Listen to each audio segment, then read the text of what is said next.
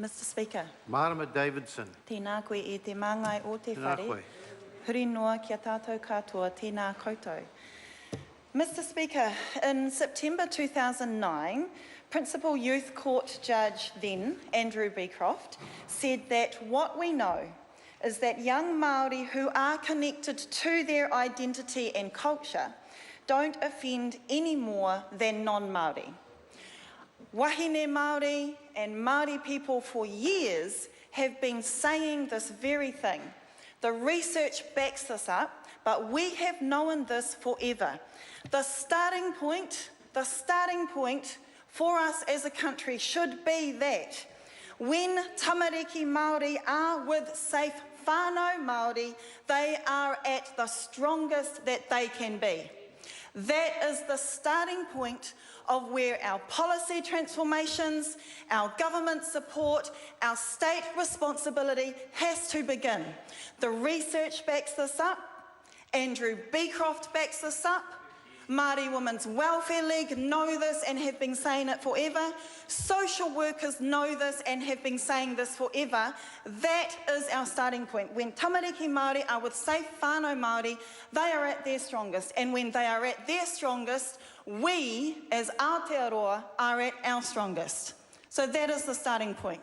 We will not be supporting the legislation that feeds into a dangerous narrative that Māori whānau do not love our children as much. And I want to note that Matua Winston Peters and the New Zealand First Party have clearly put on the table that they do not think that whakapapa is important, that they do not have an understanding that the strength and the well-being of Tamariki Māori depends on whakapapa. They are not mutually exclusive. We are not saying that we want Māori to be unsafely placed. The Green Party understands intrinsically that Tamariki Māori are strongest when they are with safe whānau Māori. All of our support and legislation and reforms should be geared with that starting point. It should be the inspiration of our nation.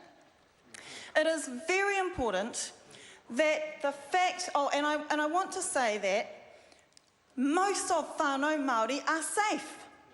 And the narrative that we continue in this House by supporting this legislation, which wants to weaken the priority to keep Tamariki Māori with whānau Māori, when we uphold that legislation, we are feeding the narrative that Māori do not love our children as much, and that we do not understand how to properly and safely care for our children.